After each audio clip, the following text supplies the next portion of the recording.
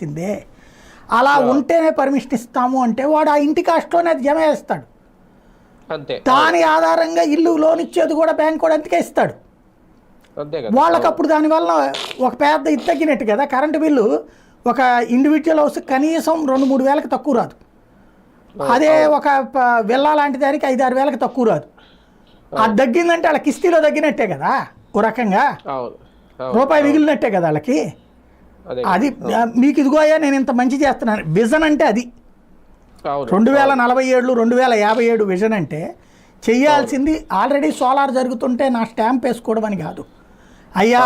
ఎవడైతే చేస్తున్నాడో ప్రతి బిల్డరు కూడా అపార్ట్మెంట్ కట్టినోడు పైన కట్టండి, ప్రతి ఫ్లాట్కి సోలార్ది ఇచ్చి పైన మిగిలిన దాన్ని క్లెయిమ్ చేసుకోమనండి.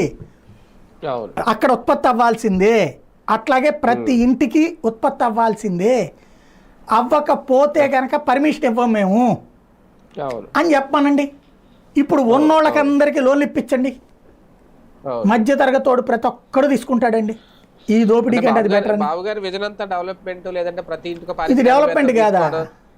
ప్రతి ఇంటికి ఒక సాఫ్ట్వేర్ ఇంజనీర్ తీసుకురావడం అంటే ఇలా ఉందా? నా ఇంట్లో నేను చదివించుకుంటే నీ పేరు కంటే నీ వలన నాకు ఇది జరిగింది అని చెప్పుకోగలిగితే బాగుంటుంది కదండి. అదే కరెక్టే అండి, అది కరెక్టే. అంటే ఆయన విజన్ అలా ఉంది అనేది అంటే ప్రజలు కూడా అదే అర్థం అవుతుంది. కానీ ఒక